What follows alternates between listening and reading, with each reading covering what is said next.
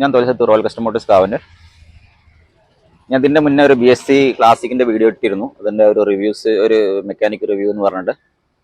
അപ്പോൾ ഞാൻ BS3 സാധാരണഗതിയിൽ കണ്ടുവരുന്ന കംപ്ലയിൻസ്, അതിൻ്റെ സൊല്യൂഷൻസ്, അതായത് എന്താണ് മെയിനായിട്ട് കംപ്ലയിൻറ്റ് ഉണ്ടായിരുന്നത് എന്നുള്ളത്, അതിൻ്റെ പോരായ്മകൾ എന്തായിരുന്നു എന്നുള്ളതാണ്.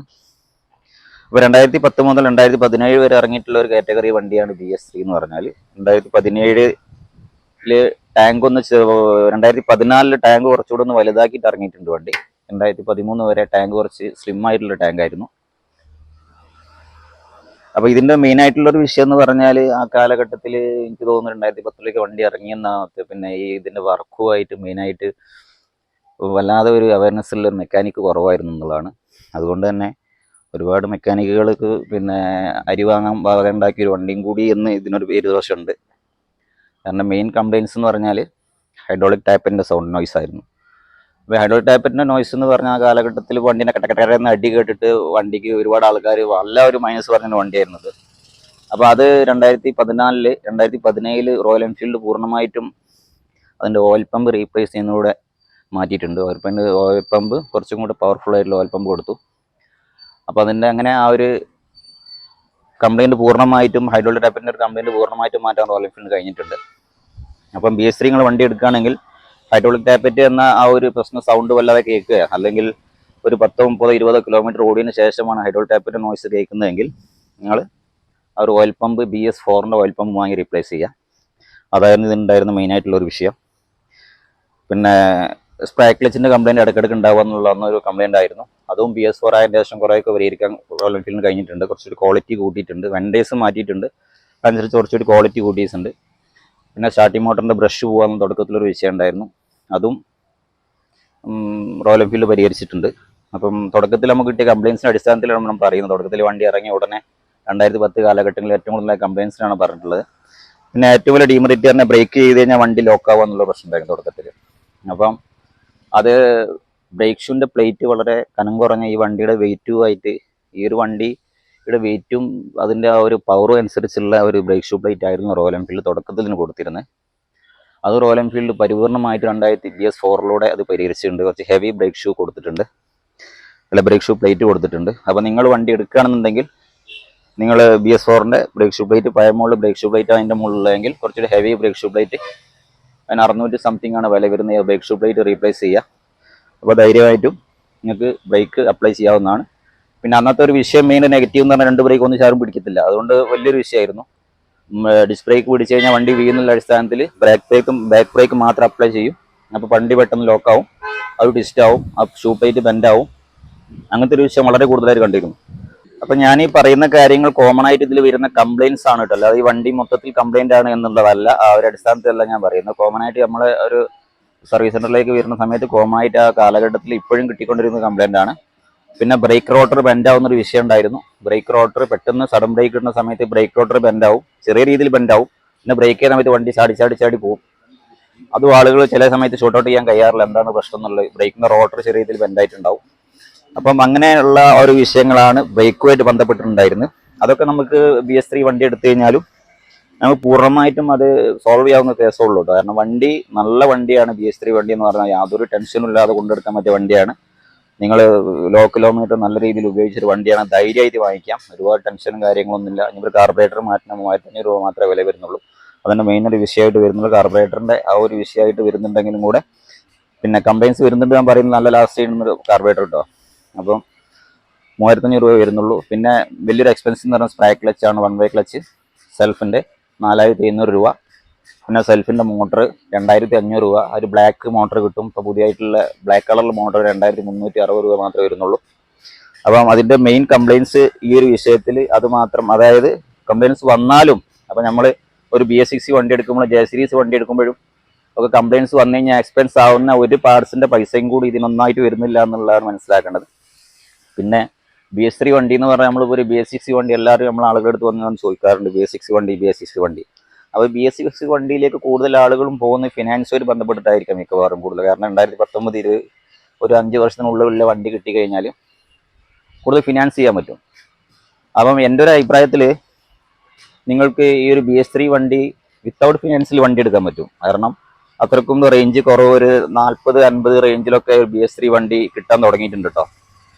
അപ്പോൾ 40 രൂപ, 40,000, 50,000 രൂപ ഒക്കെ റേഞ്ചിൽ നമുക്ക് BS3 വണ്ടി കിട്ടാൻ തുടങ്ങിയിട്ടുണ്ട്. അപ്പോൾ ഫിനാൻസറിന് സംഗതിയല്ലാതെ നല്ലൊരു വണ്ടി, പിന്നെ നിങ്ങൾക്ക് സാമ്പത്തികം അനുസരിച്ച് ഈ EMI എടുക്കുന്നതിന് പകരം സാമ്പത്തികം അനുസരിച്ച് വണ്ടി ഒന്ന് കുത്തനാക്കി എടുക്കാനും പറ്റും.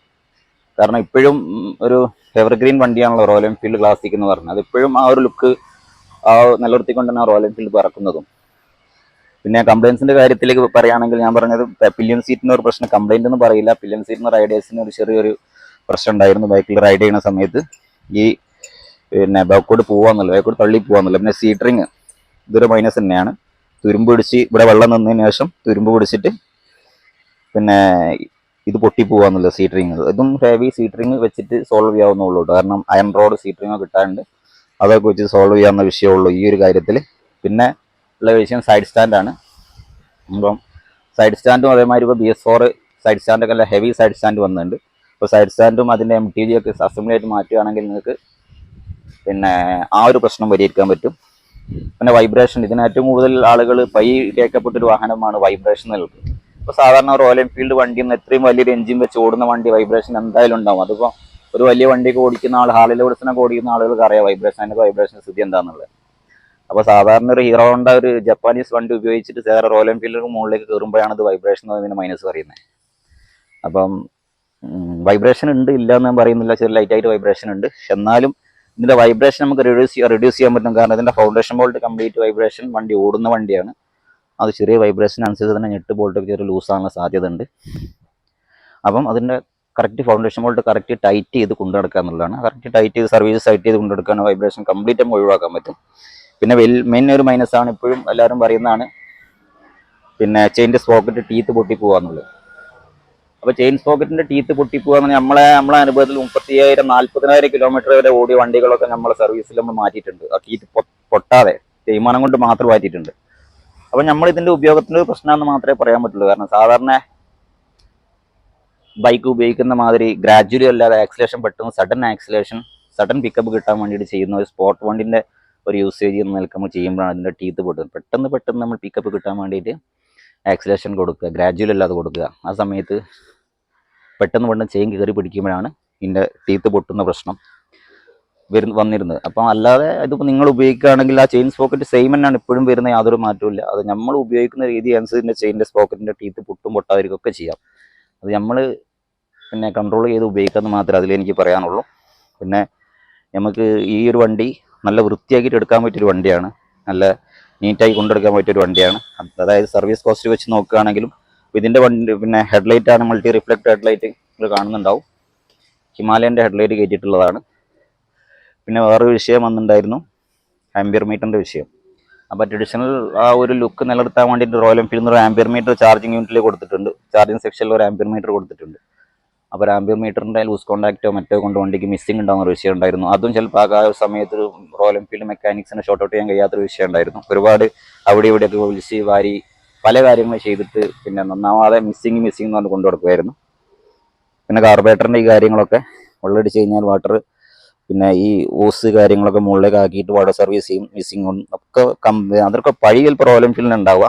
ശരിക്ക് നമ്മൾ ഉപയോഗത്തിൻ്റെ പ്രശ്നമാണ്, നമുക്ക് അറിയാത്തതുകൊണ്ടാണ്. പിന്നെ അതേമാതിരി ഇവിടെ വാട്ടർ സർവീസ് ചെയ്ത് കഴിഞ്ഞാൽ ഇവിടെ ഒരു ഹോളുണ്ട് വെള്ളം ഒഴിഞ്ഞ് പോകാൻ. ഈ ഹോള് നമ്മൾ പിന്നെ ശരിക്ക് പിന്നെ കമ്പി ഒന്നിട്ട് ശരിക്കും കുത്തി ഓപ്പൺ ആക്കിയിട്ടില്ല എങ്കിൽ വാട്ടർ സർവീസ് ചെയ്ത വണ്ടി സ്റ്റാർട്ട് ആവാൻ ബുദ്ധിമുട്ടായിരിക്കും.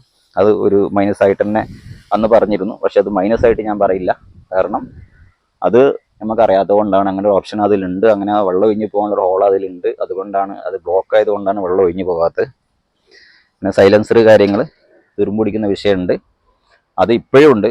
അതിപ്പോൾ റോയൽ എൻഫീൽഡിന് പൂർണ്ണമായിട്ട് നിർത്താൻ പറ്റിയിട്ടില്ല. കാരണം ഇപ്പോഴും ആ BS6 കൂടെ ആ ഒരു പ്രശ്നം നിർത്തിയിട്ട് കഴിഞ്ഞാൽ സൈലൻസർ അതിൻ്റെ ഒരു ചേമ്പറിൻ്റെ ഓരോ റൗണ്ടിലും തുരുമ്പ് പിടിച്ചിട്ട് ക്രാക്ക് ആവുന്നൊരു വിഷയമുണ്ട്. പക്ഷേ BS3 സൈലൻസർ സംബന്ധിച്ചിടത്തോളം 3750 രൂപ മാത്രമേ വില വരുന്നുള്ളൂ പുതിയ സൈലൻസറിന്.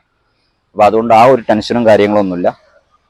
ഓവറോൾ എനിക്ക് പറയുകയാണെന്നുണ്ടെങ്കിൽ BS3 എന്ന വണ്ടി നിങ്ങൾ എടുക്കുക എന്നുണ്ടെങ്കിൽ, ഞാൻ ഒരു കംപ്ലയിൻസ് ആയിട്ട് പറഞ്ഞു ഈ ഒരു സംഗതികൾ ഞാൻ ഈ പറഞ്ഞിട്ട് ഒരുപാട് കംപ്ലയിൻസ് ആയിട്ട് പറയല്ല. അപ്പോൾ നിലവിൽ ഈ ഉള്ള വിഷയങ്ങൾ ഒന്നുമില്ലാത്തൊരു വണ്ടിയാണെങ്കിൽ നിങ്ങൾക്ക് ധൈര്യമായിട്ട് എടുത്തിട്ട് യാതൊരു ടെൻഷനും ഇല്ലാതെ ഒരു ഫിനാൻസും ഇല്ലാതെ കൊണ്ടെടുക്കാൻ പറ്റിയ വണ്ടിയാണ് റോയൽ എൻഫീൽഡ് ക്ലാസിക് 350. അതുതന്നെയാണ് എനിക്ക് പറയാനുള്ളത്. അപ്പം ബാക്കിയുള്ള കാര്യങ്ങളുമായിട്ട് പിന്നെ BS3യുടെ ബാക്കിയുള്ള കാര്യങ്ങളുമായിട്ട് ഇതിൻ്റെ മുമ്പുള്ള വീഡിയോയിൽ ഞാൻ കുറച്ച് പിന്നെ റിവ്യൂ മാതിരി ഇട്ടിട്ടുണ്ട്. അപ്പം ഞാൻ അതിൻ്റെ കംപ്ലയിൻസ് ആയിട്ട് ഞാനൊന്നും നെഗറ്റീവായിട്ടൊന്നും പറഞ്ഞിട്ടില്ല. പക്ഷേ ഇത് നെഗറ്റീവ് തന്നെ ആയിരുന്നു. ആ ഒരു കാലഘട്ടത്തിൽ അത് നെഗറ്റീവായിരുന്നു. റോയൽ എൻഫീൽഡ് കമ്പനി ഇത്രയും നമ്മളെ യൂസേജ് ഇങ്ങനെ ആയിരിക്കും ചിലപ്പം കരുതിയിട്ടുണ്ടാവില്ല. അപ്പം നമ്മളെ റഫായിട്ടുള്ള യൂസേജ് കൊണ്ട് ഒരുപാട് കംപ്ലയിൻസ് വണ്ടിക്ക് ആ സമയത്ത് വന്നിരുന്നു. പക്ഷെ ഇപ്പം എല്ലാ റോയൽ എൻഫീൽഡ് എങ്ങനെയാണ് ഉപയോഗിക്കണമെന്ന് മനസ്സിലായി. അങ്ങനെ കംപ്ലയിൻസ് ഒക്കെ വളരെ കുറവാണ്. ഇപ്പോൾ ലോക്കാൽ വളരെ കുറവാണ്. അപ്പോൾ അതൊക്കെ പരിഹരിച്ചിട്ടാണ് ഇപ്പോൾ റോയൽ എൻഫീൽഡ് ഇറക്കിയിട്ടുള്ളത്. പിന്നെ വേറൊരു കാര്യം, വലിയൊരു കാര്യം എന്ന് പറഞ്ഞാൽ അതിൻ്റെ സ്പെയർ പാർട്സ് എല്ലാം ഇപ്പോഴും അവൈലബിൾ ആണെന്നുള്ളതാണ്. അപ്പോൾ ഒരു കമ്പനിയും വേറൊരു ബ്രാൻഡിനും അവകാശപ്പെടാനില്ല. റോയൽ എൻഫീൽഡ് എന്നല്ലാതെ വേറൊരു ബ്രാൻഡിനും അവകാശപ്പെടാൻ പറ്റില്ല. ഏതൊരു മോഡലിൻ്റെ സ്പെയർ പാർട്സും ഇപ്പോഴും കിട്ടും എന്നുള്ളത് വലിയൊരു കാര്യമാണ്.